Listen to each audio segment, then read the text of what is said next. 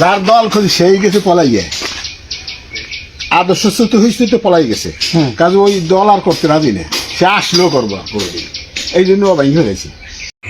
আওয়ামী লীগ ত্যাগের ঘোষণা দিয়ে নিজ বাড়ির পুকুরঘাটের ফটকের উপর সযতনে গড়া দৃষ্টিনন্দন শখের নৌকা ভাঙলেন গোপালগঞ্জের কোটালীপাড়া উপজেলার পিঞ্জুরি ইউনিয়ন আওয়ামী লীগের বারবার নির্বাচিত সভাপতি ও অত্র ইউনিয়ন পরিষদের সাবেক চেয়ারম্যান আবু সাইদ শিকদার। আমাদের কোটালীপাড়া প্রতিনিধি শাহ আলম মিয়া জানায়, আজ রবিবার ভোররাতে তিনি ভাঙেন এ নৌকা।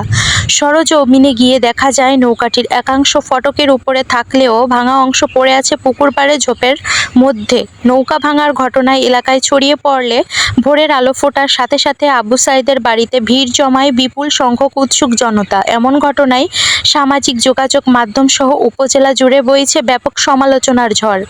নাম প্রকাশ না করার শর্তে একাধিক এলাকাবাসী জানান, নৌকা ভাঙায় প্রমাণ হলো যে আবু সাইদ একজন সুবিধাবাদী লোক। তিনি প্রকৃত রাজনীতিবিদ নয়, অথচ এই নৌকা মার্কার পরিচয় দিয়েই তিনি একাধিকবার পিঞ্জুরি ইউনিয়ন পরিষদের চেয়ারম্যান নির্বাচিত হয়েছেন। আওয়ামী লীগের রাজনৈতিক দাপট দেখিয়ে জোরপূর্বক দখল করেছেন মানুষের জায়গা জমি, অর্জন করেছেন শত শত কোটি টাকা, হয়েছেন বাড়ি গাড়ির মালিক। এ বিষয়ে আওয়ামী লীগ নেতা আবু সাইদ শিকদার বলেন, যার দল করেছি আদর্শচ্যুত হয়ে সেই গেছে পালিয়ে, তাই তার দল করতে রাজি না, সে দেশে আসলেও করব না, এজন্য নৌকা ভেঙে ফেলেছি। উল্লেখ্য, কিছুদিন পূর্বে উপজেলা আওয়ামী লীগের সাবেক সহ সভাপতি আব্দুল খালেক হাওলাদারও নিজ আসনের চূড়ায় তৈরি শখের নৌকা ভেঙে সমালোচিত হয়েছিলেন।